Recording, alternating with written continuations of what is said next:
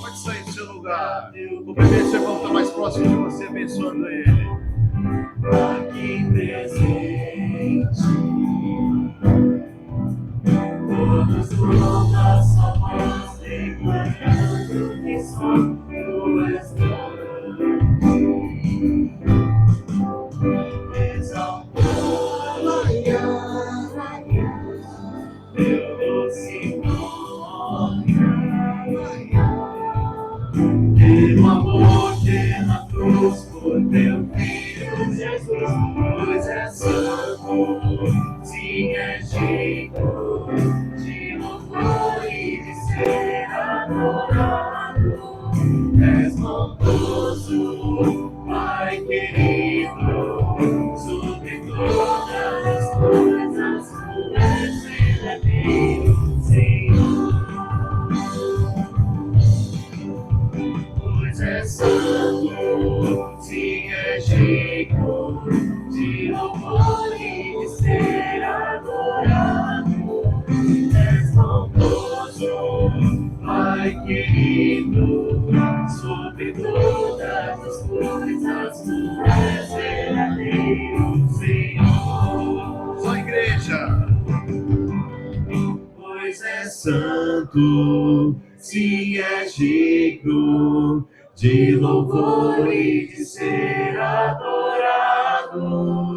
És bondoso, Pai querido, sobre todas as coisas tu és verdadeiro, Senhor. Pois é santo, sim é digno de louvor e de ser adorado. És bondoso, Pai querido, sobre todas as coisas tu és verdadeiro, Senhor.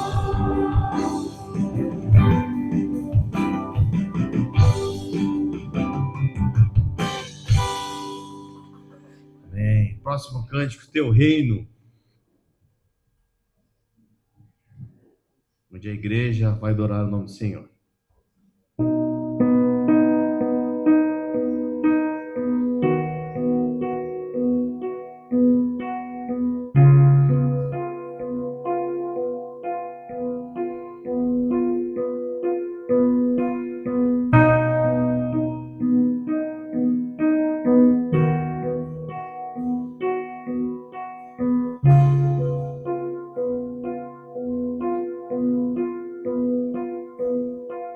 Os reinos se abalam, os povos se curvam,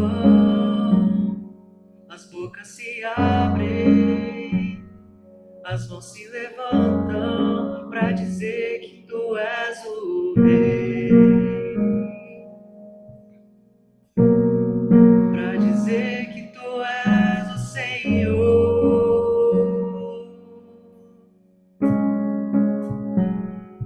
Os reinos se abalam, os povos se curvam, as bocas se abrem, as mãos se levantam para dizer que tu és o rei, para dizer que tu és o Senhor. Teu reino é sempre eterno, amor e misericórdia, justiça e igualdade, bondade e fidelidade. Tua igreja te adora. Tua igreja te adora.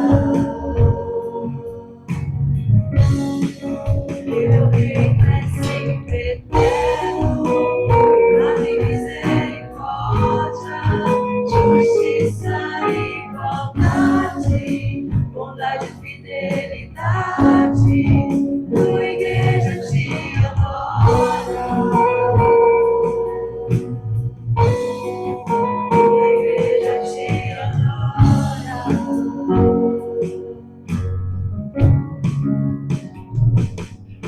se abalam, os povos se curvam, as bocas se abrem, as mãos se levantam pra dizer que tu és o Rei. Pra dizer que tu és o Senhor.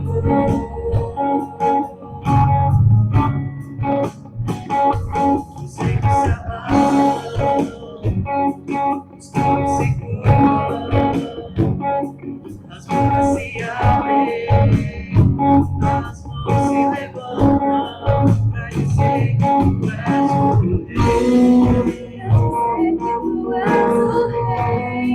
Pra dizer que tu és o Senhor. Pra dizer que tu és o Rei. Pra dizer que tu és o Senhor. Pra dizer que tu és o Rei. Pra dizer que tu és o Senhor.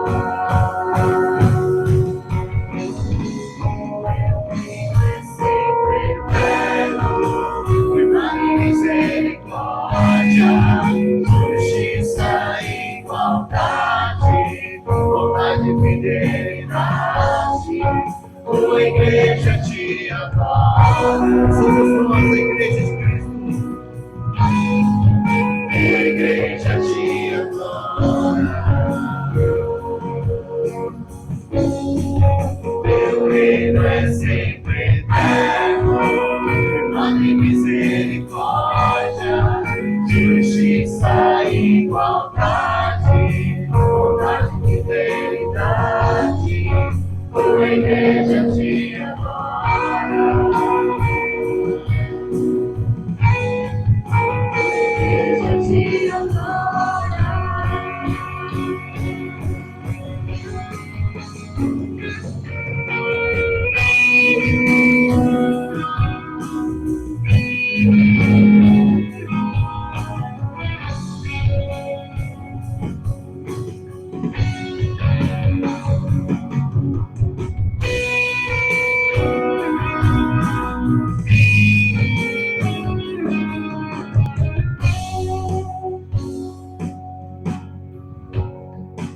Teu reino é sempre eterno, firmado em misericórdia, justiça e igualdade, bondade e fidelidade, tua igreja te adora.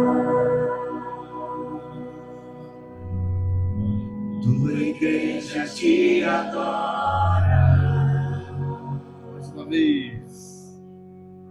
Teu reino é sempre eterno, firmado em misericórdia, justiça e igualdade, bondade e fidelidade, tua igreja te adora. Tua igreja te adora. Uma salva de palmas para o nosso Senhor Deus.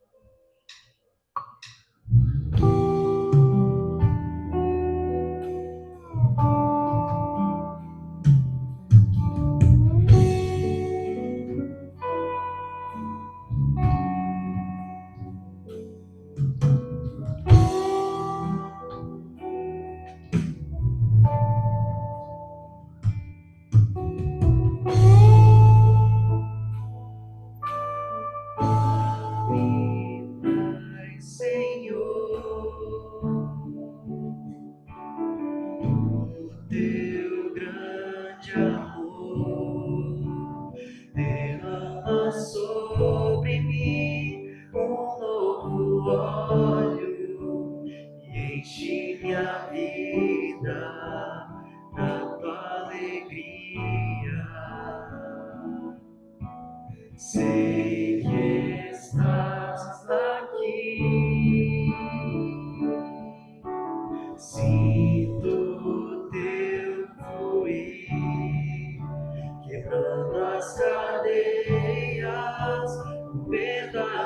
barreiras, sarando as feridas, dando minha vida. É meu maior prazer te adorar, Senhor, prostrado aos teus pés, canto uma nova canção e adoro a ti.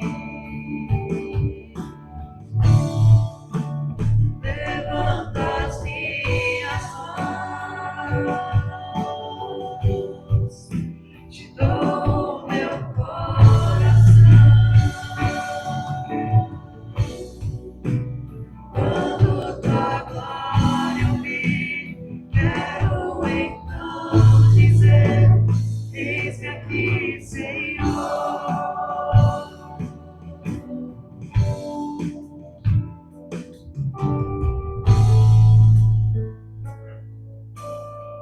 Dá-me mais, Senhor, do teu grande amor. Derrama sobre mim um novo óleo, enche minha vida da tua alegria. Sei que estás aqui, sinto o teu fluir. Tava desligado. Melhor ligar, né? Dentro das barreiras, sarando as feridas, mudando minha vida. É meu maior prazer te adorar, Senhor, prostrado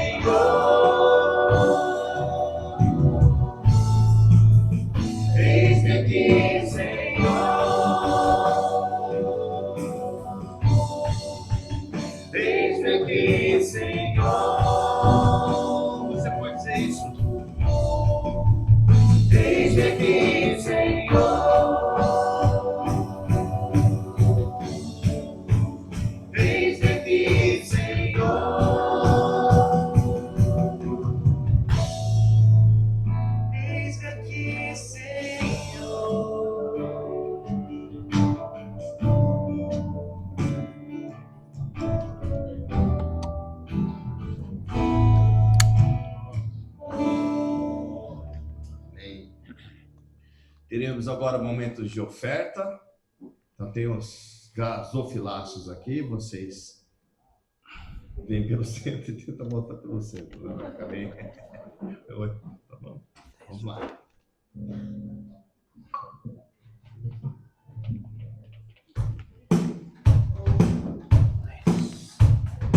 Suas forças irão se renovar, se esperarmos o Senhor, esperarmos o Senhor. Nossas forças irão se renovar, se esperarmos o Senhor, esperarmos o Senhor. Oh Deus, tu és a força que traz a esperança. Só tu és o eterno Deus, tu és o eterno Deus, que nunca irá deixar seus filhos. Tu és o nosso defensor, o Deus consolador. Nos ergue quando estamos fracos. Nossas forças irão se renovar, se esperarmos no Senhor, esperarmos no Senhor. Nossas forças irão se renovar, se esperarmos no Senhor, esperarmos no Senhor. Oh Deus, tu és a força que traz a esperança. Pois só tu és o eterno Deus, tu és o eterno Deus. Você põe ali na frente para sentar durante o vídeo. Deixa seus filhos. Tu és Lá no palco? Não, aqui fora. defensor, o Deus consolador. Nos ergue quando estamos fracos.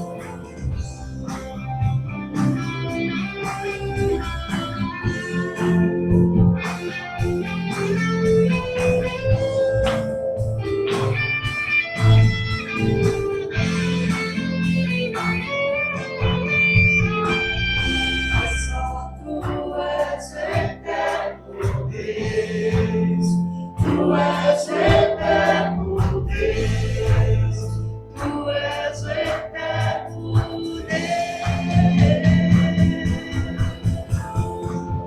Pessoas gigantes, esperamos no Senhor, esperamos no Senhor. Nossas forças irão se renovar, esperamos no Senhor. Pois só tu és eterno Deus, tu és eterno Deus, que nunca irá deixar seus filhos. Adeus. Bem, teremos um momento de orar pela oferta em gratidão e chamar as crianças que estão aqui. Vir à frente. Tem? Tem uns lá no Estão fundo. correndo lá embaixo. Ó,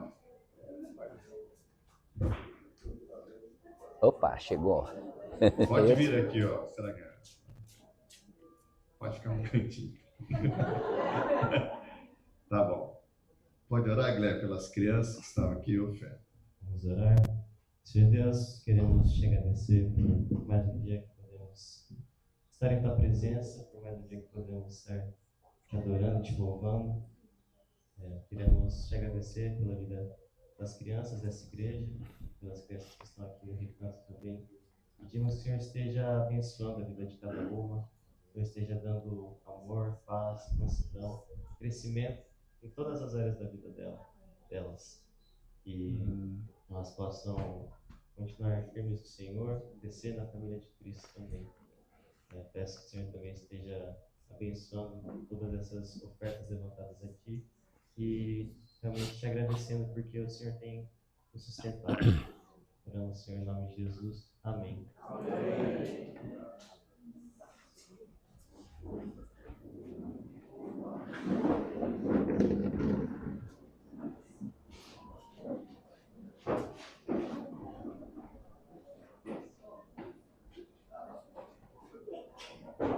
Bom dia a todos, para quem não deu bom dia ainda, né, alguns chegaram depois, que bom que você veio em nosso meio.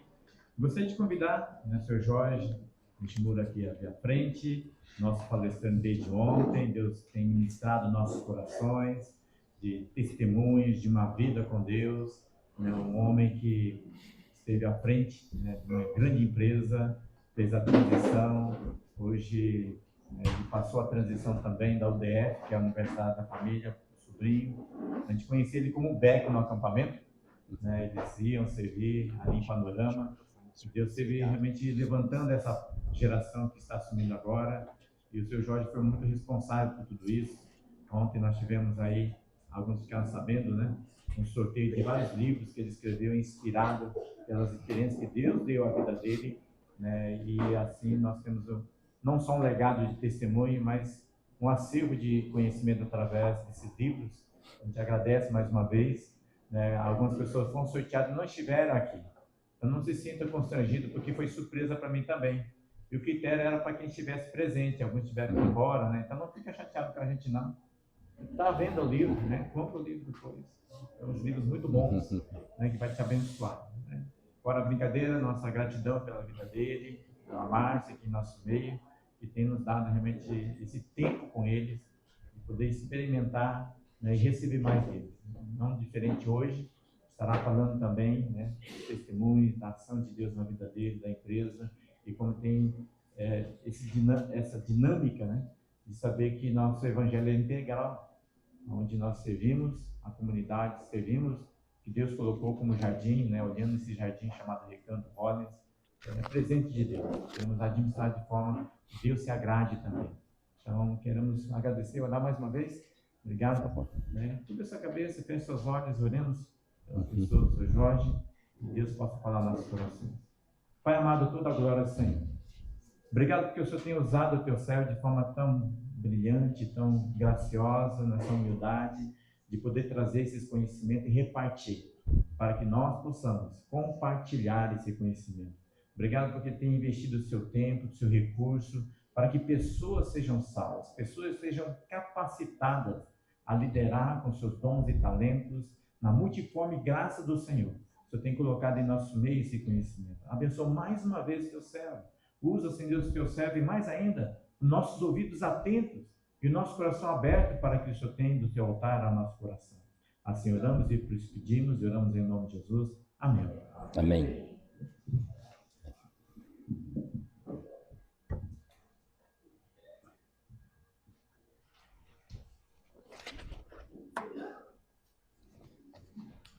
Bom dia. Estão me escutando aí? Então, agora estão, né? Tá. Ontem nós falamos um pouco da relevância de você criar ambiente de paz, não é? Para que a gente possa pavimentar, na realidade, possibilidades de futuro. Hoje eu quero compartilhar um pouco as coisas relacionadas aos novos projetos que eu estou envolvido agora, né? Que nós estamos desenhando. Mas antes de poder compartilhar isso, eu preciso compartilhar um pouco o início da nossa jornada, a nossa história, né? E esse versículo é versículo-chave para a minha vida, não é? Bem-aventurados os mansos, porque herdarão a terra, né? Está relacionada com o Sermão da Montanha, Mateus 5,5, e esse versículo mudou a minha vida, a direção da minha vida. Eu quero compartilhar rapidamente com vocês e contar os desdobramentos de tudo que tem acontecido, né? Próximo slide. Eu começo falando sobre a plantação de abacaxi porque toda essa mudança aconteceu por causa de um livro chamado Bem-aventuranças. Era um livro muito pequenininho, do Jaime Kemp, E nesse livro, Jaime Kemp escrevia, cada um dos capítulos estava relacionada a uma das bem-aventuranças. Eu fui lendo todas elas, mas o que me pegou, de fato, foi o Mateus 5,5, que diz: bem-aventurados os mansos, porque herdarão a terra. E vou contar rapidamente, não é? Hoje tem muito conteúdo para passar para vocês, mas eu vou tentar condensar o máximo que eu consigo para explicar de onde vem toda essa mudança. Quando eu estava lendo o livro Bem-aventuranças, a gente vivia um tempo muito difícil na área empresarial, realmente a gente vivia um momento muito difícil, mas espiritualmente eu vivia um dos meus melhores tempos, né? Eu sentia a presença de Deus, eu estava no gozo, né? Estava realmente vivendo um tempo extraordinário. E ao ler esse livro, eu fui muito impactado pelo capítulo, diz: bem-aventurados os mansos, porque herdarão a terra. E nesse capítulo, o Jaime Kemp usa uma história de um missionário holandês que foi para Guiné, nas ilhas de Guiné, para poder evangelizar os nativos daquela região. Então ele se estabeleceu lá, e foi vivendo, tentando evangelizar, sem muito sucesso, né? Os nativos daquela região. E no andar da sua vida, ele começou a sentir muita falta de frutas, né? Não tinha na ilha frutas. Então um dia ele trouxe mudas de abacaxi e comprou um terreno lá e plantou os abacaxis. E o abacaxi leva um tempo, né, até que ela cresça, acho que uns 2, 3 anos. E a partir desse momento, quando ele plantou os abacaxis, ficou esperando, né? Cultivando, sonhando e vendo esses abacaxis, né? Essa plantação crescendo gradativamente. E quando os abacaxis começaram a tomar forma, né? Já começou, cresceu, estava verde ainda, né? Ele percebeu que os nativos começaram a roubar os abacaxis verdes. E ele ficou uma fera, né? Porque esse povo era muito ladrão mesmo, né? Esse pessoal não tinha muita essa ética, né? Então, um dia ele chamou os nativos e falou: olha, vamos fazer o seguinte, vamos colocar uma linha aqui, bem aqui. Tudo que está desse lado, vocês podem pegar. Tudo que está desse lado é meu, da minha família. Tudo bem? Tudo bem. Mas continuava roubando tudo, né? Então, ele ficou muito furioso. Ele tinha uma lojinha que ele abriu para atender as coisas básicas, né? Fósforo, algum remédio de dor de cabeça, algumas coisas, uma lojinha dessas pequenininhas. E os nativos acostumaram a esse lugar para receber algum apoio, né? Mas Stenze, né? É o nome que os índios deram a esse missionário holandês. Stenze, na língua dele, significava nariz grande, né? Nariz comprido. Então, Stenze ficou muito furioso com tudo isso, ele pegou e fechou a lojinha. E aí os nativos iam para a lojinha: cadê? Fechou, não, né? Não atende mais. E os nativos ficaram furiosos e eles resolveram fazer algo assim que Stenze não esperava.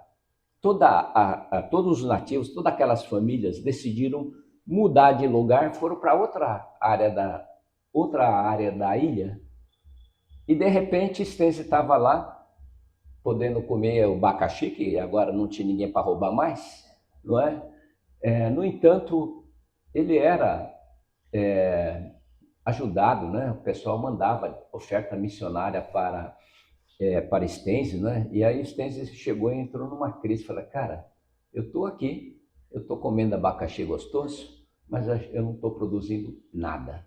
E ele entrou em uma baita crise. Aí ele teve a oportunidade alguém convidou ele para um evento, né? Não sei onde foi, talvez nos Estados Unidos. E lá, então, ele ouviu a respeito da mansidão. Bem-aventurados os mansos, porque herdarão a terra. E ali houve, na realidade, um momento de ministração. E o Stenze estava muito chateado, né? Mas quando houve o convite de ministração, Stenze foi à frente. E o convite era para que a gente entregasse tudo que a gente tinha para Deus, colocar no altar. E a coisa que mais incomodava o Stenzi era esse tal desse abacaxi, a plantação do abacaxi. Ele foi diante do ministro e se colocou, né, e colocou diante do altar a plantação de abacaxi, porque aquela plantação estava infernizando a vida dele, né? Ele entregou. Quando ele voltou, ele brigava muito com os nativos, né? Quando ele voltou, o pessoal até estranho falou: você se converteu? Você não briga mais com a gente? Não é? Então, assim, e aí todo mundo começou a perguntar. E Stenzi disse: olha, eu dei a plantação de abacaxi, só que ele não disse para quem. E aí a turma saiu toda ouriçada querendo saber quem que era o grande felizardo que ganhou a plantação de abacaxi. E aí o pessoal estava tão assim, ansioso para saber quem era. Stenzi falou: tá bom, amanhã de manhã vocês vêm aqui que eu vou dizer para vocês. Né? Então aí, na manhã seguinte, todo mundo reunido lá, né, para saber quem era o grande felizardo dessa plantação de abacaxi. Stenzi disse: sabe, eu entreguei a plantação de abacaxi a Deus, para Deus. Eu não sou mais dono dessa plantação de abacaxi, entreguei para Deus, né? E aí os nativos começaram a perceber algumas coisas. E a pergunta que veio inicialmente para Stenzi: quanto é que você deu essa plantação de abacaxi a Deus? A Stenzi falou: umas 2, 3 luas atrás. E aí as pessoas começaram a perceber algo impressionante acontecendo entre eles. Não é? Eles iam pescar e não pegavam nada. Iam caçar e não conseguiam caçar nada. Fogo começou a destruir certos galpões deles, né? Então, de repente, aqueles nativos começaram a perceber que havia um Deus, né? E aí chegaram para Deus, perguntaram para Stenzi: Stenzi, o seu Deus enxerga no escuro? E aí Stenzi: sim, ele enxerga no escuro.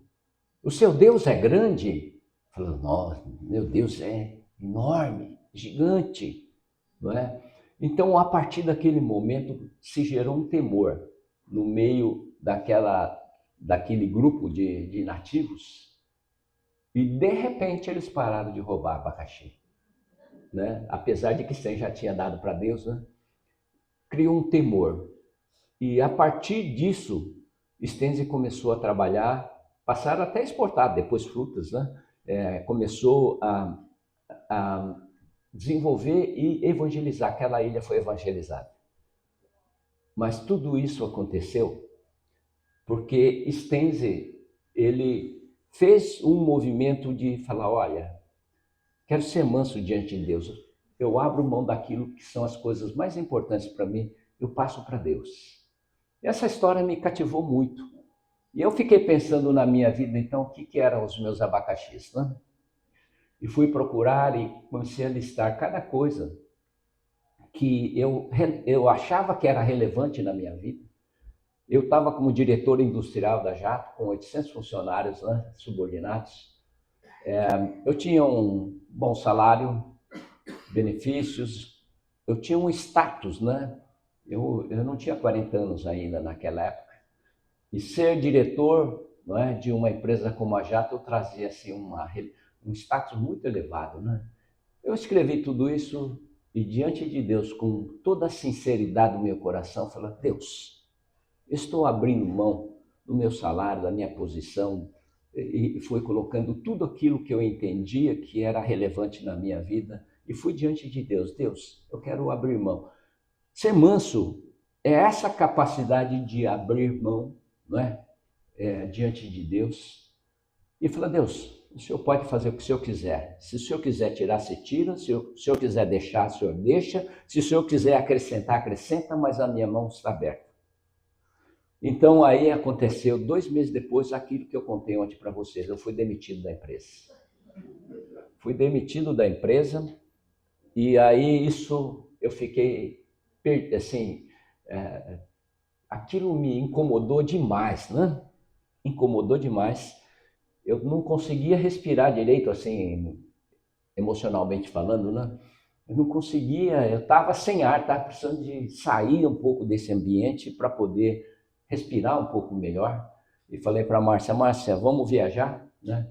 E naquela época surgiu um convite que veio de um ministério lá dos Estados Unidos, né? Chamado Nova Shalom, que posteriormente Casados para Sempre. E eu e a Márcia estávamos dando esse curso já por mais de 5 anos. Só que a gente não conhecia quem havia fundado, nós não conhecemos ninguém de lá. Então decidimos ir lá e fomos lá. E foi uma coisa assim tão impressionante que aconteceu. Primeira coisa, né? A gente estava moidinho, né? A gente emocionalmente muito moído. Chegando lá, nós fomos tão acolhidos com tanto carinho. Chegamos no quarto do hotel, uma sacola com presentes e guloseimas e um monte de coisa, coisa que nós nunca havíamos recebido. Uma carta, não é?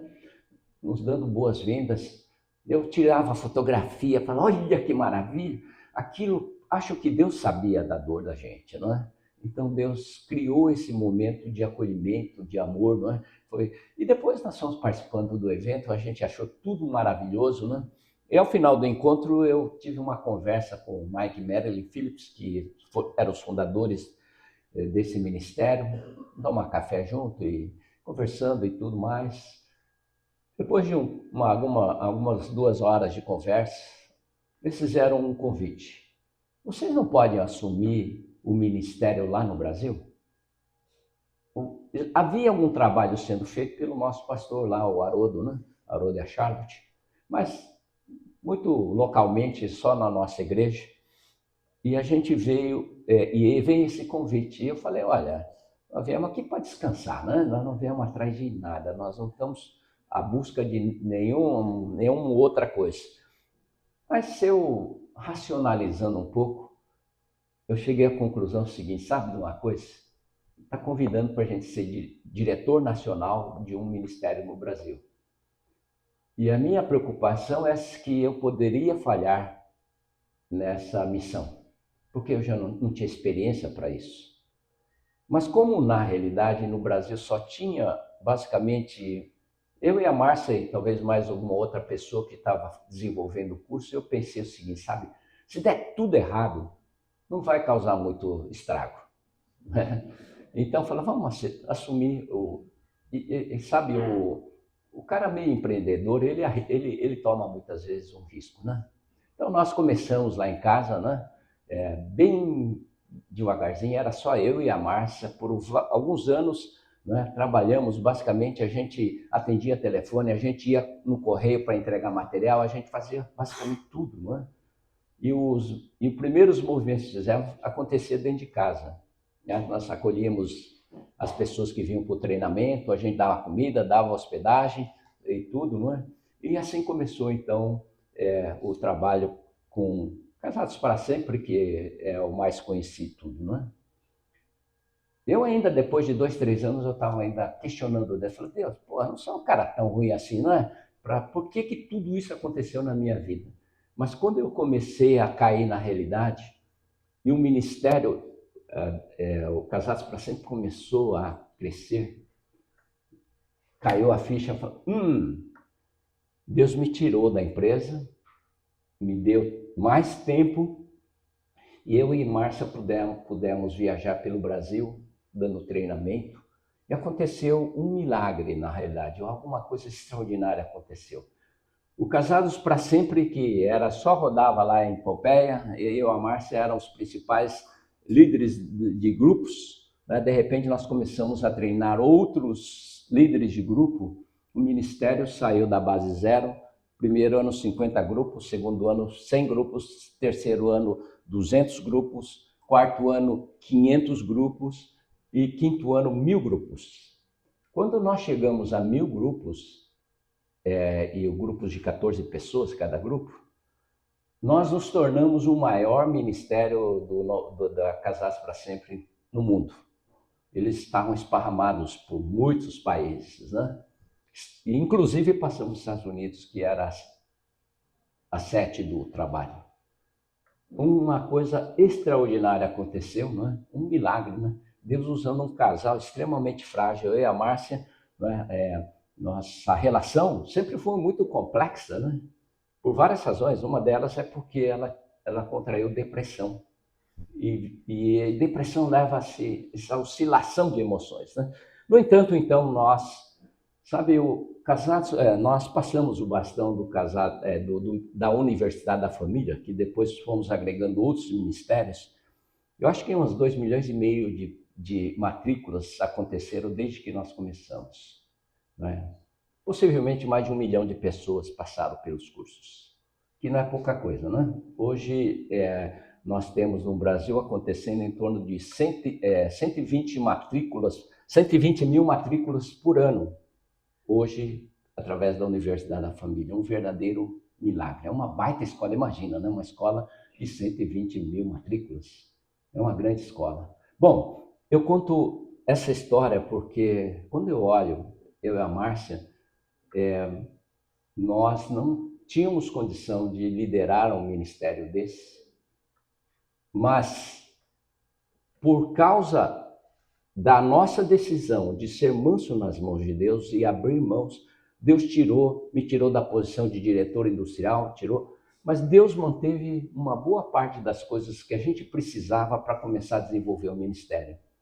Não diminuiu o meu salário, né? É empresa familiar, naturalmente o salário foi mantido. Os benefícios de ter um carro também não foi tirado. Então a gente tinha hoje, naquele tempo, tinha tempo, salário e veículo para a gente poder começar a treinar as pessoas pelo Brasil inteiro.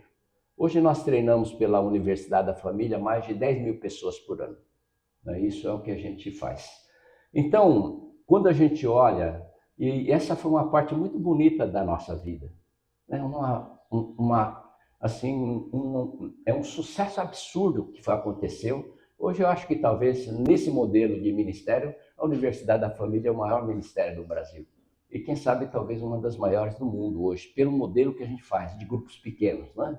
De treinar líderes e tudo mais. Mas a pergunta que acontece é, isso foi uma visão minha da Márcia para querer criar um ministério desse? Não.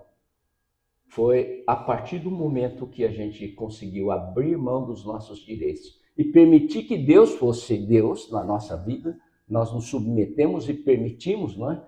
Então as coisas começaram a fluir. Então, eu queria falar para os nossos jovens de hoje. Nós estamos contaminados hoje por pessoas que vêm falando muito a respeito de autoajudas, cursos de autoajuda, influencers falando, você pode, você não sei o quê. Cuidado com isso, porque isso é uma armadilha muito grande. Se Deus criou a cada um de nós, Deus sabe melhor onde a gente pode ser usado. E Deus quer usar, não é? Então, não caia nessa cilada, né? Eu posso, eu quero, não é? A sociedade nossa está muito contaminada com isso. Mas eu garanto para vocês que é um caminho perigoso. Não é? Você pode até conseguir um certo sucesso, mas não vai ser um sucesso pleno, porque não é o projeto de Deus, não é a vontade de Deus, não é? Então eu conto um pouco esse lado da formação da Universidade da Família, passamos já o bastão para o Fábio, meu sobrinho, né? Ele que toca o projeto hoje, mas eu quero dizer assim que Deus escolheu um casal, e assim, se fosse escolher na nossa igreja um casal que tinha perfil para liderar um ministério de família, de casais, eu e a Márcia estaria no fim da lista, certamente, não é? Mas Deus nos escolheu e a gente obedeceu, né? E a gente trabalhou muito duro, com muita motivação. Bom, logo no começo, também em seguida, nós tivemos um evento em Tupã, do Casados para Sempre, é o segundo encontro do Casados para Sempre, um evento pequeno, 75 casais só apareceram nesse evento, e nós convidamos para esse evento a Joe e o Hugh Phillips, né, ingleses. Essa Joe, ela era líder do Desperta Débora, no movimento de intercessão. Eles vieram e fizeram a preleção. Depois foram para minha casa, eles ficaram alguns dias ainda na minha casa. E havia um grupo lá do sul, acho que de Joinville, eu não lembro exatamente as pessoas, mas uma pessoa chegou e falou para mim: Jorge, eu tive uma visão durante o evento. E a visão mostrava um relógio. E o relógio marcava 1h05, né? E ela disse que ficou esperando chegar 1h05 para ver o que Deus estava fazendo, não é? E não aconteceu nada. Então, quando ela foi para pegar o ônibus, ficou em Pompeia, né? Comeu uma pizza, alguma coisa, para pegar o ônibus lá perto da meia-noite. E essa pessoa, então, compartilhou comigo essa visão de 1h05. Eu lembro até que eu tentei interpretar isso, né? Mas tudo errado.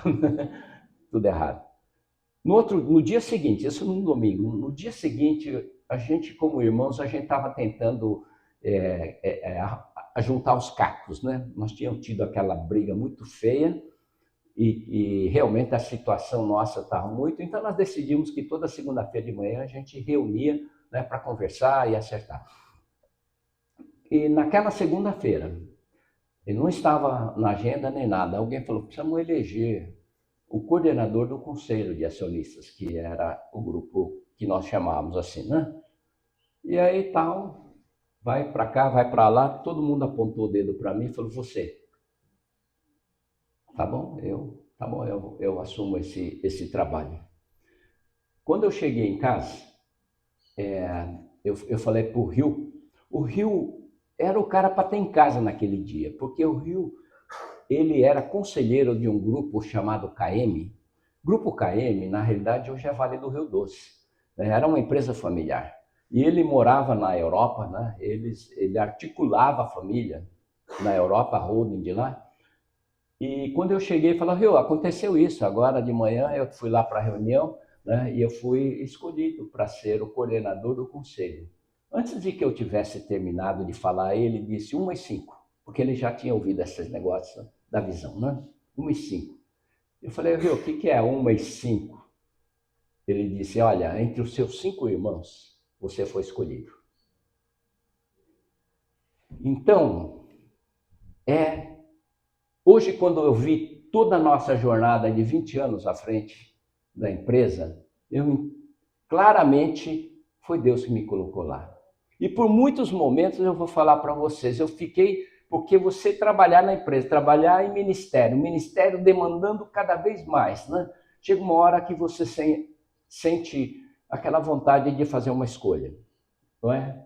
E normalmente a gente aprende nos cursos de gestão que a gente tem que ter foco. Você tem que escolher isso ou isso, não é?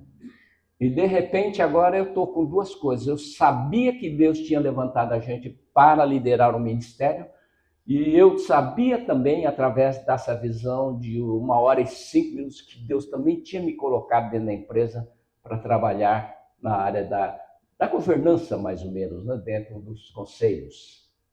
E assim, então, isso me ajudou muito, porque quando eu queria chutar o pau da barraca, eu olhava para essas duas experiências falando: eu não posso. Se eu fizer isso, eu estou contrariando aquilo que Deus planejou para a minha vida. Então fui levando, né? E foram 2 jornadas extraordinárias, para falar a verdade. Poucas pessoas talvez tiveram em vida oportunidade de criar, né, uma jornada como eu vivenciei, tanto na área ministerial quanto na área empresarial. E isso é minha vida. Nesse livro Mansidão, alguns ganharam o livro Mansidão, está contando essa história. Eu deixei registrado, né, para contar um pouco dessa história, né? Então, posteriormente, eu passei o bastão na Jato, passei o bastão na Universidade da Família, né? E tal. Mas eu não parei, porque eu entendo que há um desdobramento dessas coisas agora na minha fase seguinte, vamos dizer, não é? E esse desdobramento é que da Universidade da Família surgiu, eu criei na realidade, né? Nós criamos na realidade um Instituto de Desenvolvimento Familiar para poder levar a educação familiar para os familiares dos nossos colaboradores e posteriormente nós abrimos para a sociedade como um todo, não é? Então, a educação familiar que a gente fazia através da UDF, focado sempre através da igreja, eu falo que o UDF só serve sempre através da igreja, portanto, sim. Só que, do outro lado, eu percebia que na cidade, muita gente poderia ser ensinado sobre questões familiares e não estavam sendo ensinados, porque a igreja evangélica não conseguia atingir outro público, não é? E pessoas que não têm igreja nenhuma, ou de católico, ou de espírita, não é? Não estavam recebendo a educação familiar. Então, quando criamos o Instituto, nós deixamos isso amplo para poder abençoar quem precisasse, não é? Então, nós criamos o Instituto de Desenvolvimento Familiar, e é o desdobramento, e eu vou mostrar para vocês como isso está indo tão bem lá em Pompeia. E a questão da governança da Jato, eu como governança da empresa Jato, ela foi desmembrada para uma outra coisa chamada governança comunitária, vamos dizer, né? Uma governança, e nós criamos um grupo chamado Pompeia Visão 2038. Pompeia Visão 2038 é que a gente tem um sonho. E foi um desafio que eu coloquei para um grupo de pessoas que vinham se reunindo para entender a cidade de Pompeia. Um dia eu cheguei para eles, né, depois de um ano de conversa, ouvindo empresários, ouvindo pessoal da educação, da área da justiça e tudo mais, fomos conversando, não é? Uma dessas pessoas que veio para falar com a gente algumas vezes foi o Roberto Kikawa. Roberto Kikawa era membro da Igreja Hollins, lá em São Paulo. Para mim, era o cara que mais entendia de saúde pública no Brasil. Então, ele foi um dos caras que veio, começaram a trazer, e depois de um ano, eu percebi que o grupo ficando palestra, começou a ficar meio que sem motivação. E numa dessas reuniões, eu fiz uma provocação. Eu falei, gente, eu tenho um sonho, quero falar para vocês que eu tenho um sonho. E aí eu falei para eles, eu tenho um sonho de morar na melhor cidade de pequeno porte do Brasil. Desafio grande, né? Pompeia se tornar a melhor cidade de pequeno porte do Brasil. E coloquei esse desafio. E aí, usando as ferramentas que eu já tinha aprendido na Jato sobre visão de futuro, criar visão, né, de longo prazo, nós criamos uma visão para Pompeia, a visão 2038, né, que daqui a pouco eu compartilho com vocês. Sabe, no passado eu fui muito influenciado, uns 15, 20 anos atrás, eu fui muito influenciado por dois caras pensadores, né? O Loren Cunningham, da Jocum, e o Bill Bright, né, da Cruzada Estudantil. Essas duas pessoas talvez tenham sido um dos dois líderes mais importantes que eu conheci. Eu não conheci eles, mas olhando a história deles, né? Porque esses dois caras tinham uma visão de transformar o mundo, transformação de mundo, né? E conhecendo a realidade do mundo inteiro, eles iam lá para a África, iam lá para a Ásia, eles descobriam, né, que não bastava somente plantar uma igreja lá. Para transformar uma nação, eles começaram a entender que você tinha que criar alguma coisa muito mais ampla do que realmente fortalecer uma área, não é? Então, eles criaram as 7 áreas de influência. Pode ser que hoje, se a gente fosse escrever isso, talvez fosse mais do que 7, né? Mas 7 áreas. Ele falou, olha, transformação precisa começar com transformação de governo. Quantos de vocês concordam comigo que nós estamos precisando, né, de governos muito melhores do que nós temos? Menos corruptos, mais competentes, mais... Infelizmente, nós temos um problema. Empresas, né? As empresas precisam ser transformadas.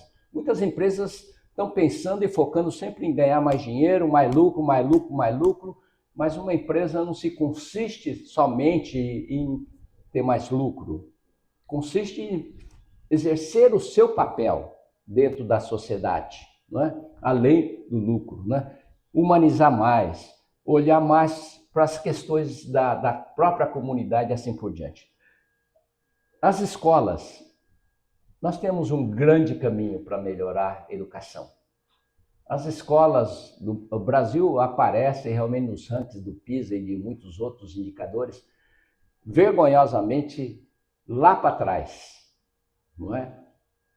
E precisa ser assim. Nós temos competência para fazer muito melhor, gente, não é? Mas não está fazendo. A área de entretenimento, esportes, artes, né?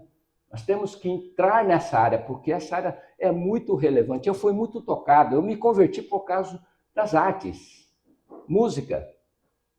As pessoas cantavam aquelas músicas lá, né, de Vencedores por Cristo, compartilhava as coisas e eu me converti nesse ambiente, assim como muitas pessoas.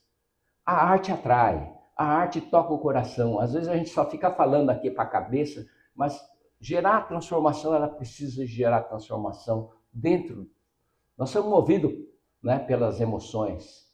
Então temos que trabalhar isso. Mídia, infelizmente a mídia brasileira tem feito um desserviço para a nossa sociedade, porque só aponta coisa ruim, né? Talvez valesse a pena começar a mostrar coisas boas também. Família, né? Nós estamos na área de família. Família é essencial, né, para a nossa sociedade. Se a gente não tem família forte, você não tem igreja forte. Se você não tem família forte, você não tem empresa forte, você não tem nação forte. Família é fundamental, né?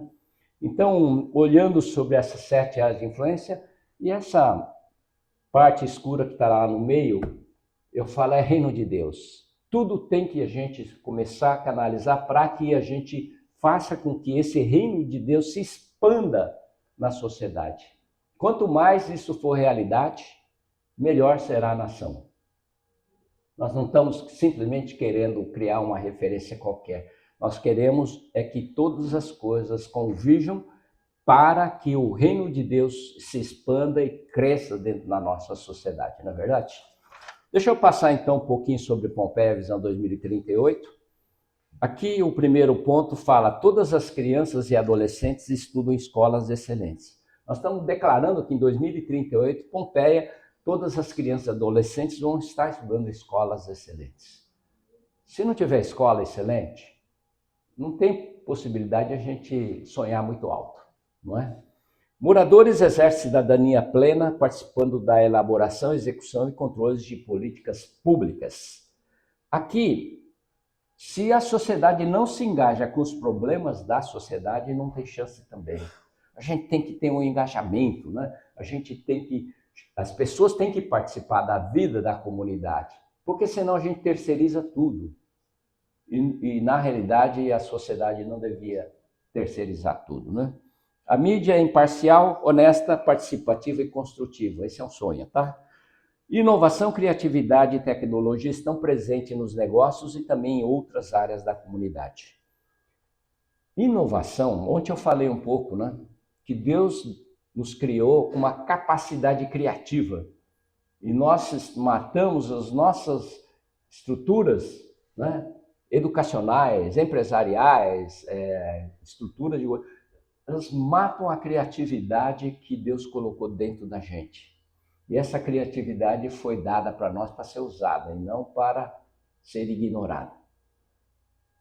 Lá em Pompeia, uma vez o meu irmão, que era diretor do CIESP da região, ele veio falar com a gente e ele trouxe um dado que me chamou muita atenção. Ele disse que o PIB per capita de Pompeia era 55% maior do que de Marília. Eu falei, uau, eu sempre pensei que Marília fosse uma cidade mais rica que Pompeia, não é? Eu duvidei do número, eu fui procurar, realmente era 55%. Os anos foram passando, sabe quantos por cento hoje é o PIB per capita de Pompeia comparado com Marília? 100%. Nós somos o dobro, né? E somos o dobro, quase o dobro aqui do rede per capita do que aqui de Londrina. Quase o dobro, não chega ao dobro. Aqui é 65 e Pompeia é 100 e pouco, né? Da onde vem isso? Isso vem de valor agregado. As empresas que geram renda dentro da cidade agregam valor mais alto, né? E ao agregar valor mais alto, o PIB sobe. E em cidades onde a mão de obra é só braçal, aquela que você só paga o cara para fazer certas coisas, o PIB, a agregação de valor é baixa. Então, se nós estamos sonhando no futuro que Pompeia seja a melhor cidade de pequeno porte, a gente tem que ter convicção e trabalhar para que a inovação, a criatividade e tecnologia ela esteja numa crescente, porque a gente tem que estar consciente disso. A parte econômica, ela tem um peso muito relevante no desenvolvimento das comunidades. Tem um ponto, porque quando você gera riqueza, você pode investir mais em educação. Quando você gera riqueza, você pode dar melhor assistência, melhor, um monte de coisa, né? Não é o único fator, mas é um fator importante. Criamos e mantemos ambientes saudáveis, seguros e transformadores. Essa aqui é uma coisa muito bacana, né? E isso cabe muito para a igreja.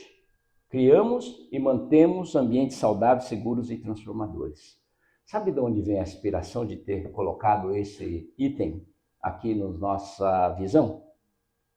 Acampamento Panorama. Quando nós fizemos no passado, nós fizemos uma investigação para saber o impacto do acampamento Panorama para as igrejas fora do Brasil, sabe o que nós encontramos?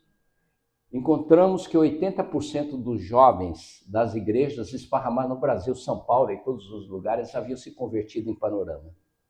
E uma boa parte das pessoas, não é, que resolveram dedicar, né, a obra do Senhor como pastor, como alguma coisa desse tipo, se consagraram em Panorama também ou em algum acampamento. Isso, para mim, mostra o seguinte, que o ambiente faz diferença, né? Então, um ambiente bom faz diferença. Então, isso tem que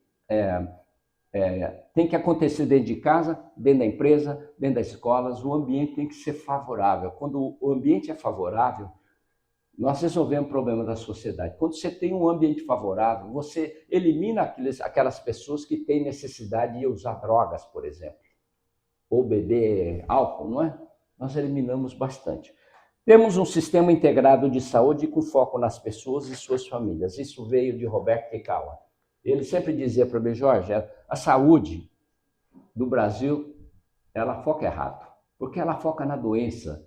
Todo o sistema existe para atender uma doença. Então o cara vai estar doente, corre no médico, o cara fala, faz isso, isso, isso. E ele disse, a gente tem que focar nas pessoas. E quando a gente foca nas pessoas, a gente pensa um pouco diferente. A gente vai trabalhar para que aquele cara não fique doente, não é? Se o cara está com hipertensão, não é? E você sabe que dá para você trabalhar e prevenir, obesidade é um problema, sedentarismo é um problema, estresse é um problema que leva a essas doenças. Então, como que a gente pode trabalhar preventivamente para postergar ou até eliminar certos tipos de doenças? Isso é o que aprendi com o Roberto Kekawa, e nós lá em Pompeia, nós abrimos a Unidade Integrada de Saúde, a Jato tem, né, que a gente está cuidando sim, com um olhar diferente para a saúde, olhando na realidade. As famílias são sólidas e felizes. Bom, esse é o nosso campo. Essa é a nossa motivação, né? E eu tenho dedicado os últimos 40 anos, possivelmente, para a área de família. E se a gente tem família sólida e feliz, isso será fundamental para a gente sonhar com Pompeia, né, ser uma das melhores cidades de pequeno porte. Somos uma cidade ambientalmente responsável. Ontem eu falei a respeito de que responsabilidade ambiental, não é? É uma forma de amar a Deus, não é? Então nós temos que transformar, né, as nossas atitudes em atitudes de amor a Deus. Os setores público, privado e terceiro setor estão integrados no nosso ecossistema. Gente, não dá para a gente resolver problemas de uma comunidade com ações individuais. Nós temos que envolver todo mundo. Tem que envolver governo, tem que envolver terceiro setor, tem que envolver o setor privado quando nós conseguimos ajuntar todos esses atores, a gente tem uma boa chance de mudar a realidade de uma cidade. Usufruímos dos benefícios de ser uma cidade inteligente. Eu acho que de todos esses nossos desafios, esse é simples, porque a gente já tem como fazer isso hoje. É questão de tempo, né? Então, eu acho que Pompeia, nós vamos evoluir nessa área. Nós temos lá um centro chamado CITAP, né? Centro de Inovação de Tecnologia da Alta Paulista, não é? E o secretário de inovação da cidade de Pompeia, ele fica dentro desse CITAP, onde nós vamos trabalhar para pensar como que a gente pode transformar Pompeia numa cidade inteligente. Mas, como diz, muita tecnologia, eu acho que isso não é tão complexo. E os cidadãos vivem dentro dos mais altos padrões morais, éticos e espirituais. Vamos falar a verdade, né? O grande problema do Brasil é a imoralidade, não é? É a falta de ética e tudo mais, né? Sabe o que me deixa eu tão impressionado no Brasil? Os caras roubam, é comprovado, né? E os caras continuam votando neles. Eu acho que se a gente fosse um país focado mais na questão moral e ética, se esses caras já aprontaram alguma coisa, que a gente sabe, não é? E sabe qual é a resposta que os caras... Não, é perseguição política. É perseguição política nenhuma. É verdade, esses caras estão roubando mesmo, né? Os caras estão fazendo coisa errada. E a gente vota. Não, intriga da oposição. Gente, se a gente eliminasse, né, dos nossos líderes essas maçãs podres aqui, eu acho que a gente iria construir um país melhor. Só que a gente não tem vergonha na cara, né? O que nós estamos vendo agora nessa eleição. Né? Então, eu acho que a moral e a ética têm que fazer parte. Gente, nós não podemos, né? Imagina se uma igreja como a Igreja Rollins colocasse pastor que soubesse que esse pastor tem problemas morais e éticos, né? Desvios que não são aceitáveis. Não entra, não vai ser pastor nunca. Por quê? Porque a gente cuida disso. Agora, para dirigir a nação, pode? Não pode, não deveria. Né? Então é isso. Bem, aqui está essa curva. Eu queria só dizer o seguinte. Nós estamos trabalhando com a visão 2038. Não é a gente não tem a pretensão de mudar o tudo. Não é? As empresas estão evoluindo, as escolas estão desenvolvendo, todas as áreas estão, de certa forma, fazendo alguma coisa e melhorando. Se a gente não fizer nada, ela vai melhorar no tempo. Não é? Agora, o que nós propomos é fazer o que essas instituições não fazem. Tem coisas que eles não sabem fazer e nem tem foco para fazer. Não é? Então, nós estamos trabalhando em coisas que o governo não pode fazer, né? Que as empresas não podem fazer, que as escolas não conseguem fazer. Né? Então, nós criamos algumas coisas como, por exemplo, nós queremos tratar de a questão de sexualidade nas escolas. E quando a gente fala de sexualidade, rapaz, as antenas dos pais ficam tudo assim, né? Nós vivemos uma loucura, não é? Nós estamos agora iniciando, essa semana, acho, o curso sobre sexualidade. Nós fizemos uma parceria com a Unesp, lá de São Paulo, de Bauru, para ajudar a gente como que a gente cria um currículo, cria uma metodologia para falar com as crianças sobre a questão sexual de uma forma equilibrada, científica e tudo mais, né? Isso o governo ia fazer? Não ia fazer, não ia conseguir fazer. Nós estamos fazendo e creio que vamos conseguir resultado, né? A Cristina Wataray já desenvolveu material que nós vamos usar posteriormente, né? E muitos outros materiais que a gente vai usar. Estamos entrando com um outro trabalho que chama Empresa Sem Pobreza, não é? É uma metodologia de mentoreamento das pessoas que estão com problemas financeiros, né? Não vou entrar muito nesse ponto, mas o que eu gosto desse projeto é que a pergunta que tem no livro é: quem é dono da pobreza? E sabe, acho que a gente está querendo assumir a pobreza dos outros, enquanto o pobre é o responsável pela pobreza dele. Enquanto as pessoas não assumirem isso, que o problema da pobreza é dele, e ele não trabalhar para sair da pobreza, e a gente quer ajudar. Então, se a gente dá autonomia, né, e o protagonismo para quem é pobre, que está sofrendo, e a gente poder ajudar eles, e se ele realmente se encoraja a avançar, eu acho que nós vamos melhorar. Nós estamos começando esse projeto também agora, nas próximas semanas em Pompeia. Deixa eu falar sobre a Escola de Cidadania e Governança Pública. Aqui está o Eduardo. O Eduardo tem trabalhado comigo nesse desenvolvimento há uns 4 anos atrás, 5 anos atrás.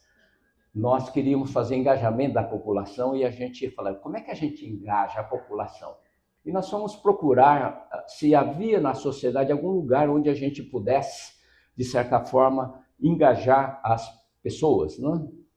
Da sociedade. E encontramos na Constituição de 1988 os conselhos municipais, que foi criado para que a sociedade civil pudesse participar na elaboração, execução e controle de políticas públicas. Não era coisa só de governo. A sociedade civil deve e pode participar. Não é? Acontece que os conselhos não funcionam muito bem. Então, nós resolvemos contratar uma organização chamada Oficina Municipal, especialista em educação política. E por 2 anos nós pegamos os conselheiros, né, que já estavam lá, mais potencialmente pessoas da sociedade que poderiam posteriormente participar dos conselhos, e nós criamos um curso de 2 anos para poder ensinar educação política para essas pessoas. E nós tivemos um sucesso muito bom, né? Nós tivemos 219 pessoas que formaram nos 2 cursos. Nós tínhamos 2 cursos, foi primeiro, e depois nós criamos a segunda turma, 219 pessoas que hoje podem sentar nos conselhos, podem sentar como vereador, podem sentar em algum cargo público com muito mais conhecimento. Né? A gente exige competência das pessoas, e para ser conselheiro, o que é conselheiro? Né? Conselheiros estão direcionando as coisas da cidade. Nós falamos, qualquer um serve. Não serve não. Nós precisamos instruir, né? Então nós criamos essas escolas, e muito feliz de que nós conseguimos realmente formar pessoas que hoje é mais fácil de a gente achar conselheiros em Pompeia hoje, porque tem gente formada, disponível para poder ajudar, né? Agora nós estamos numa terceira escola, que é o Programa de Fortalecimento da Governança Escolar. A gente quer melhorar a escola. E como é que a gente melhora a escola? Todas as escolas, lideranças das escolas dizem que as famílias não aparecem, não vêm, tal. Então nós estamos criando esse curso de fortalecimento da governança escolar, chamando pais de alunos, chamando professores, chamando gente da própria comunidade, porque educação devia ser uma preocupação da nossa comunidade também. Não é coisa da escola. Nós somos parte. A escola, ela impacta todo mundo. Então nós devemos fazer parte, né? Então nós estamos agora no meio do caminho agora, nesse trabalho de fortalecimento da governança escolar, e está caminhando gradativamente. Espero que ao longo de 2 anos de curso, naturalmente, depois desse período a gente tenha pessoas que entendem mais o papel nos conselhos escolares e que possam trazer a contribuição e mais engajamento também, né? Bom, gente, acabou meu tempo. Eu nem comecei a minha palestra ainda, viu, gente? Eu acho que eu vou... Deixa eu ver o que eu passo aqui. Eu tenho uma série de vídeos aqui para passar para vocês, mas eu não...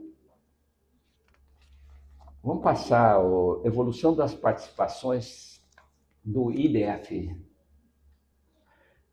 Essa instituição que nós criamos, né, para atender os funcionários e os colaboradores do grupo,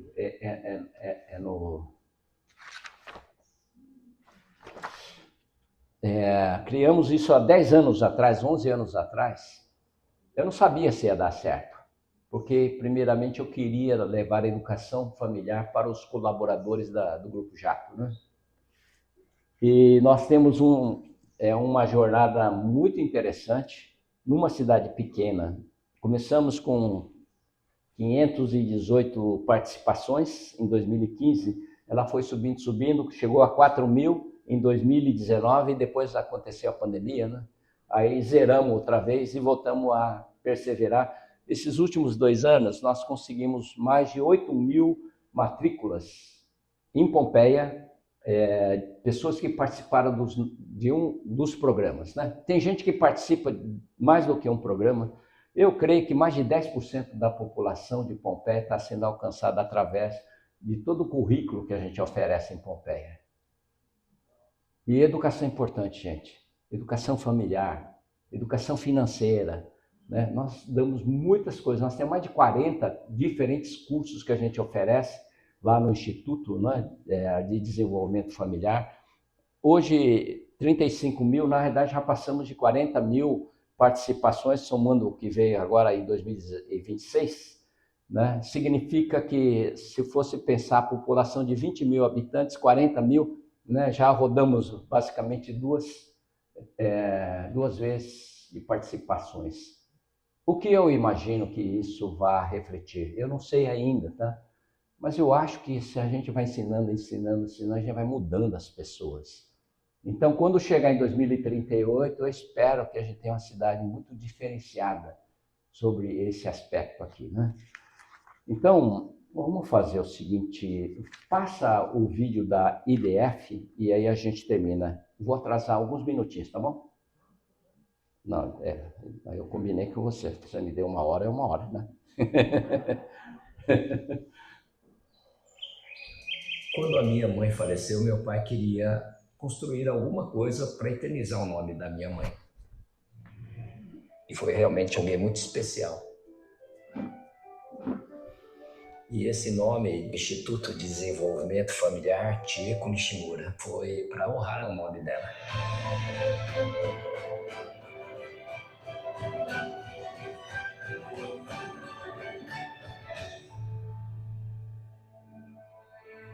Família é a coisa mais importante que a gente tem dentro da sociedade. À medida que fortalece a família, a gente vai fortalecendo a sociedade no modo geral.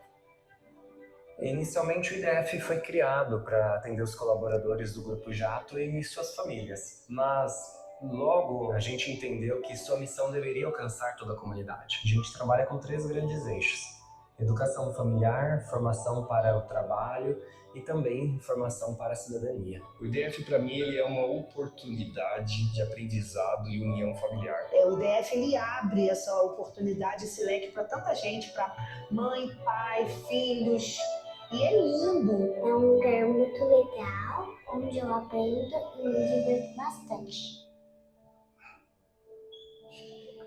O que eu mais gosto da proposta de ensino do Instituto é as dinâmicas, como é conduzido os treinamentos. Os professores são excelentes, eles abrem a sua mente de uma forma assim espetacular, o material é incrível. A hora passa que você nem percebe.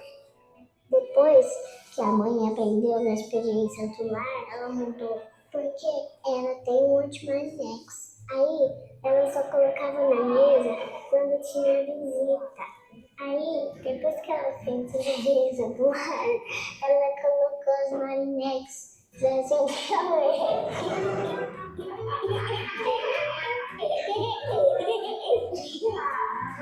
quando tinha visita. Eu acho que se a gente conseguir continuar levando esses conhecimentos, nós vamos mudar a cidade em relação às questões de família, não é? A gente tem que dar o melhor para nossa família, que é as pessoas mais importantes da nossa vida.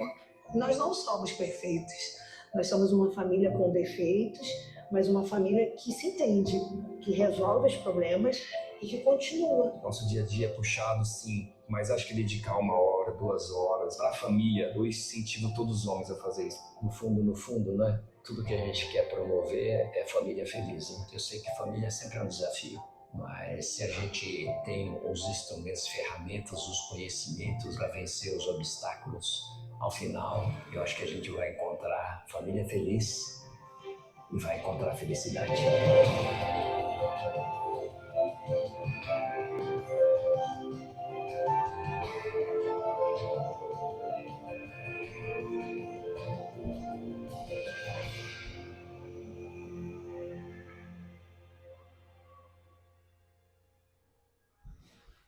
Muito bem. Só para finalizar, o Instituto de Desenvolvimento Familiar foi desenvolvido como um laboratório de experiência experimental, né?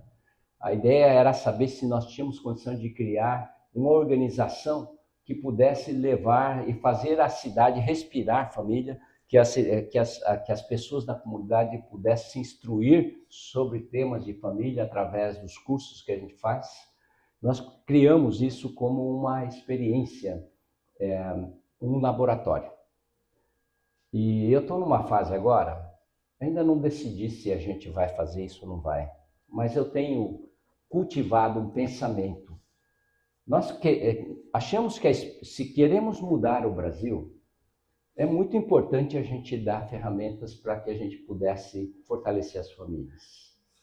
E aí começo a sonhar que seria tão bom, mas tão bom mesmo, que em cada cidade desse país a gente tivesse alguma coisa parecida com isso aí. Pode chamar de Centro de Desenvolvimento Família, associação de qualquer coisa, mas que focasse a família como ponto importante da sociedade. Esse é um sonho. E para isso, naturalmente, a gente sabe que não é um projeto fácil, porque isso demanda recursos, não é? Todo esse projeto é bancado pelo Grupo Jato hoje e custa caro, não é nada barato. Então, olhando para o futuro, para a gente poder plantar estruturas semelhantes a essa, que funciona muito bem, realmente está funcionando, a gente tem resultados fantásticos na vida das pessoas. Um dos problemas que dificulta é o lado financeiro, né? Então, como que a gente vai contornar isso? E aí é que está o meu pensamento de ter que mover isso para a esfera do governo federal, das leis, do Senado, do Congresso, para que a gente crie algum tipo de incentivo fiscal para investir em projetos de educação familiar. Eu chamo educação familiar da gestação à velhice. A gente criar realmente um currículo, né? Uma série de intervenções que a gente possa ajudar nesse sentido, né? Mas aí fica só como um pedido de oração para vocês orarem, porque eu estou velho, né? Já não sou um jovem mais, e esse é um projeto de longo prazo para a gente transformar isso em leis, né? Você sabe que é uma luta enorme, né? Mas eu acho que vale a pena. Eu acho não, tenho certeza que vale a pena. Só não sei se Deus tem me chamado para isso ou não, ainda não recebi uma resposta muito clara, mas quem sabe o sonho seria isso, que cada cidade começasse a nascer, né, um projeto como esse para alcançar a comunidade inteira. A igreja faz um trabalho muito bom, alcança os seus membros, mas alcança de forma muito limitada a comunidade.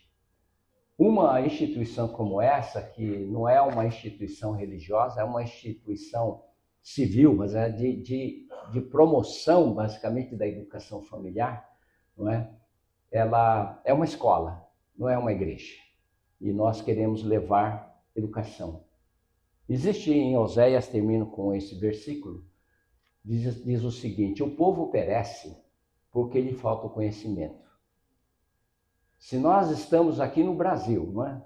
Sofrendo muitos desses problemas de sofrimento que a gente vive é falta de conhecimento. E quem tem o conhecimento? Quem tem o conhecimento somos nós. Nós que conhecemos a palavra de Deus, nós que conhecemos a relevância da palavra de Deus no nosso dia a dia, na nossa vida, nós conhecemos. O mundo não sabe. Se você chegar para o mundo e falar, cria um currículo para a educação familiar, eles não sabem. E, de certa forma, é a participação indireta da igreja e a Instituto de Desenvolvimento Familiar, é a participação da igreja, mas de uma forma um pouco diferente, através de pessoas como eu e toda uma equipe que nós temos lá, trabalhando em favor das famílias. O povo perece porque lhe falta o conhecimento. E quem é que tem o conhecimento somos nós, né? Então, esse finalizo colocando uma interrogação para vocês, né? Puxa, será que isso é uma coisa que vale a pena sonhar? Não é? E queremos fazer isso ou não queremos? Bom, são coisas que eu ainda não decidi ainda, né, se vou, mas eu estou com uma vontade, né? Mas ainda eu tenho que ouvir Deus para falar, vai, é você mesmo, e vamos começar a criar isso na nossa sociedade, né? Então, gente, muito obrigado. Foi um prazer estar com vocês. Eu raramente falo para público de igreja. Raramente, né? Obrigado pelo convite de estar aqui com vocês. Eu tenho uma pegada mais para empresários, né? Eu falo muito para empresários, né? Falo dos princípios de Deus para empresários. É uma oportunidade que a gente tem para trazer, levar Deus para as pessoas, né? Esperança para as pessoas, né? Mas eu não sou muito... quando eu estava na UDF, eu falava um pouco mais para o público cristão, né? Das igrejas. Ultimamente eu tenho falado mais para empresários, para pessoas que tenham interesse na questão de empresa familiar, sucessão, essas coisas todas, né? Então, eu quero dizer para vocês, foi um prazer mesmo estar aqui. Não sei se vocês aproveitaram ou não aproveitaram, porque tem uma palavra meio diferente, na verdade. Mas muito obrigado, viu? Estou muito feliz de estar aqui com vocês. Deus abençoe a todos vocês e muito obrigado.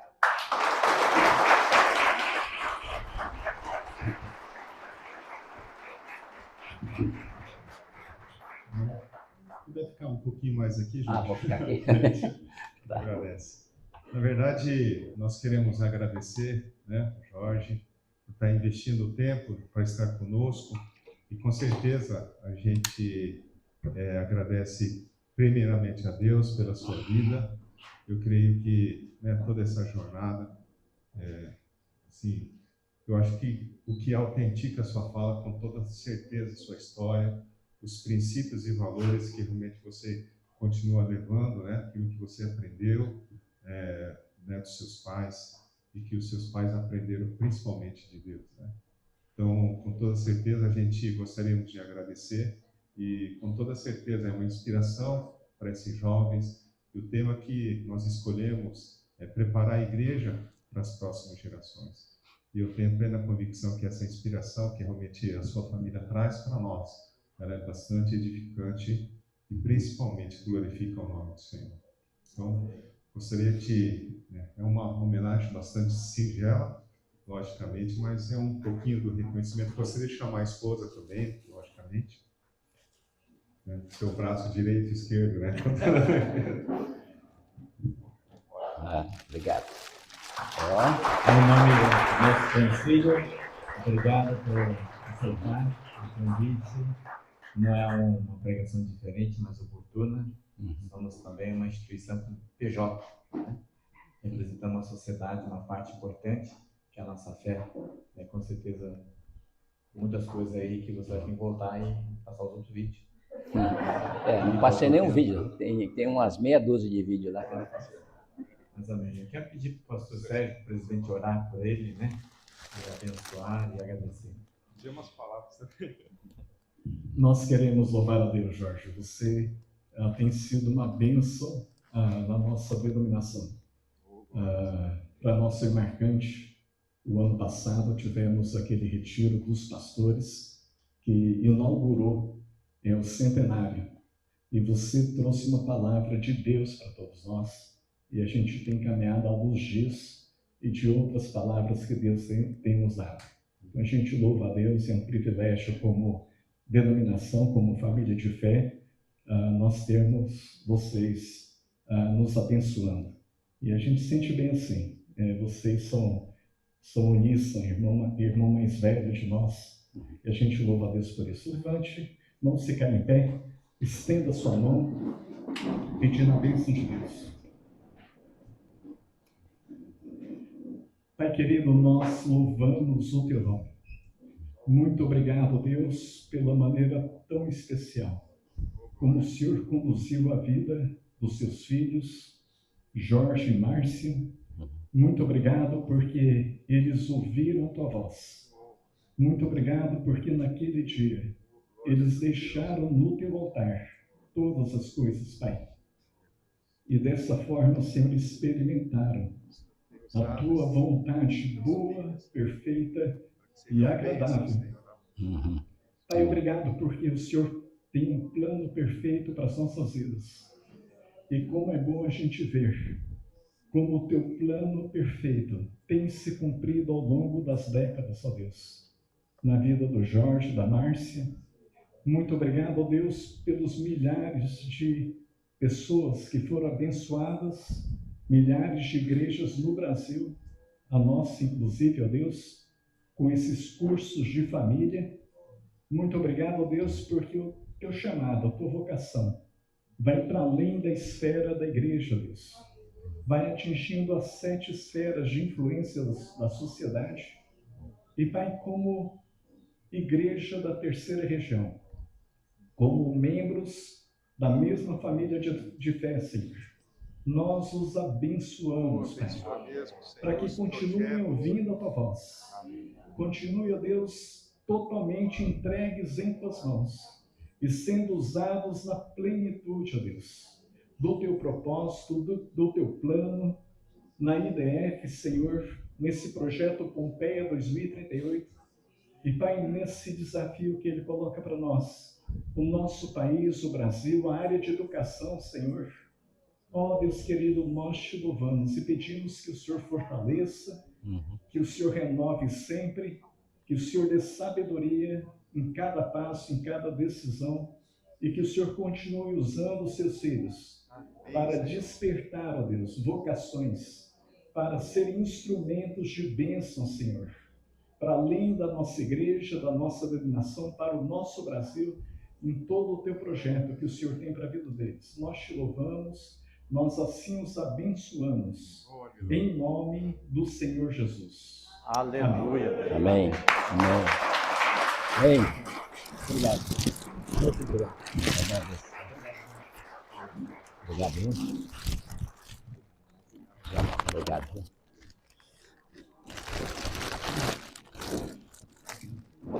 Pode sentar, igreja. É um culto diferente. Teremos a posse da nova diretoria da terceira região. Pode deixar E aqui. para isso, eu convido o pastor Sérgio, nosso presidente, para fazer esse momento, uma palavra, né, uma saudação da presidência também.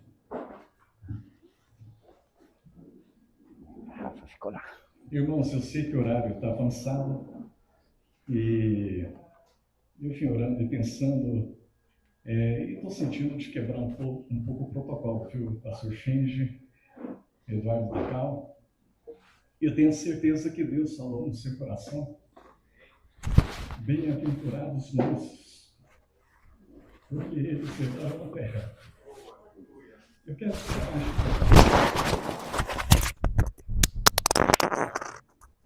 você e Deus nesse momento. Será que Deus não está te chamando também a dizer, Senhor, tudo que eu tenho, tudo que eu sou, todos os dons e talentos que o Senhor me deu, todas as minhas posses, o meu tempo, eu quero entregar para o Senhor nessa manhã. Será que Deus não está chamando você para você abrir mão? Abrir mão para Deus sempre é abrir mão do pouco para receber o infinitamente mais.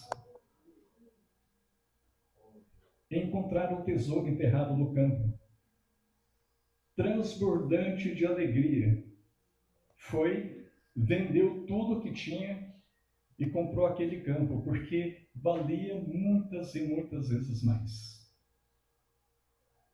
Talvez um dia você já tenha feito isso. E nessa manhã Deus está dizendo, olha, renove essa consagração integral. Abra mão de tudo para abraçar a vontade de Deus, o projeto de Deus para a sua vida, vontade que é boa, perfeita, agradável. Se Deus está tocando o seu coração assim, eu te convido a ficar em pé e vir aqui à frente. Nós vamos orar fazendo isso nesse momento. Amém? Pode chegar aqui à frente. E você vai já conversando com Deus e dizendo: Senhor, eu estou abrindo mão. Eu estou entregando tudo no teu altar. Eu entendi que ser manso é entregar todas as coisas para o Senhor. Se você está sendo tocado para renovar, já fez isso, diz para o Senhor mais uma vez: Senhor, estou aqui na tua presença, me entregue irrevogável diante do Senhor tudo que eu tenho, tudo que eu sou, tudo que eu terei algum dia, tudo que eu serei, eu entrego no teu altar, para que o Senhor faça o que o Senhor quiser, para eu experimentar a boa, perfeita e agradável vontade de Deus. Deus tem um plano para você, meu irmão, minha irmã. E nós ouvimos hoje o testemunho de quem fez isso um dia para valer. E a história da vida foi mudada, foi transformada por causa disso. Chegue mais à frente, aqueles que estão mais atrás, por favor. Converse com Deus, se coloque agora nas mãos de Deus.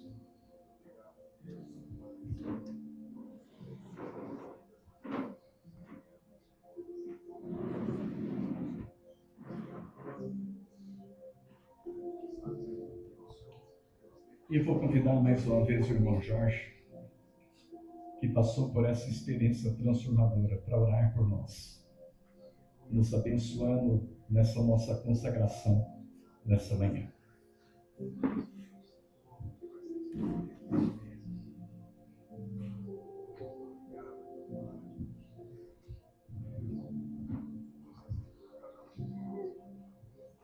Pai querido, tantas pessoas aqui estão se posicionando e não tem nada mais confortável, não tem nada mais seguro, mais desafiador e mais frutífero do que a gente se submeter ao Senhor, ó Pai. Porque o Senhor nos criou com um propósito.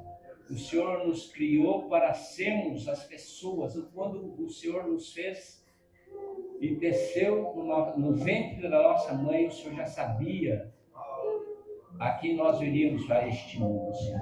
Por isso eu quero orar por esse momento, abençoando a cada um que se dispôs a vir diante do Senhor, abrir mão de muitas vezes os direitos que elas têm, do conforto às vezes que têm, da segurança que muitas vezes têm, para trocar tudo isso pela vontade plena do Senhor, Pai. Porque nós sabemos que é através disso é que o Senhor estará nos usando e frutificando, Senhor, para a boa obra, Senhor. Por isso eu quero orar, abençoando a cada pessoa que está aqui de pé, se colocando, Senhor. E, Senhor, não deixe passar esse tempo em vão, Senhor, mas que o Senhor possa fazer mudanças, muitas vezes mudanças importantes, algumas vezes talvez já estejamos no caminho, mas para outras pessoas realmente seria uma virada em busca, Senhor, daquilo que é melhor, que vai nos levar mais distante e mais próximo do Senhor. Nada melhor, Senhor, do que a gente andar com o Senhor dia a dia, Senhor. Por isso eu quero abençoar a todos aqui. Bem-aventurados os mansos, porque herdarão a terra. Aqui existe não só a nossa parte de sermos mansos, mas existe a outra parte, porque herdarão a terra. Isso vem do Senhor. É o Senhor que nos dá herança nessa terra. E quando o Senhor fala herança na terra, é mais responsabilidades, mais posicionamentos, mais uma série de coisas, ó Pai, que o Senhor quer nos usar aqui nessa terra, nesse tempo que a gente vive. Herdarão a terra. Sim, eu acho que nós devemos nos encorajar a poder ser manso para ganhar mais responsabilidade, para ganhar mais desafios, para poder servir melhor a nossa nação, a nossa comunidade. Por isso eu quero abençoar a todos, ó Pai, que a herança da terra, à medida que as pessoas são mansas, possam ser alcançados para a glória de Deus. Em nome de Jesus, amém. Amém, glória a Deus. Pode sentar, irmãos.